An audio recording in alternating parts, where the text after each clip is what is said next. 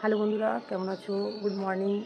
আজকে বেরিয়ে গেছি এক্সিবিশনে যাওয়ার জন্য। তোমরা অনেকজনেই বলছিলে যে এক্সিবিশনে অ্যাকচুয়ালি অ্যাড্রেসটা কী। তো বাড়ি থেকেই আজকে তোমাদের জন্য এই ব্লগটা আমি স্টার্ট করেছি, যাতে তোমরা এক্সিবিশনের অ্যাড্রেসটা বুঝতে পাও। তো এখন যাচ্ছি স্টেশন থেকে যাবো হাওড়া। তারপরে তোমাদেরকে সমস্ত কিছু জানাবো যে কিভাবে গেলাম আর কিভাবে গেলে তোমরা সেই জায়গাটাতে পৌঁছতে পারবে। তো চলো আস্তে আস্তে তোমাদেরকে সমস্ত কিছু শেয়ার করবো তোমাদের সঙ্গে। দেখছি বন্ধুরা, দেখতে পাচ্ছ কোন স্টেশন পৌঁছেছিস, দেখে নাও। তো বন্ধুরা, আমি অনেক দিন পর এই ভিডিওটা তোমাদের সঙ্গে শেয়ার করছি।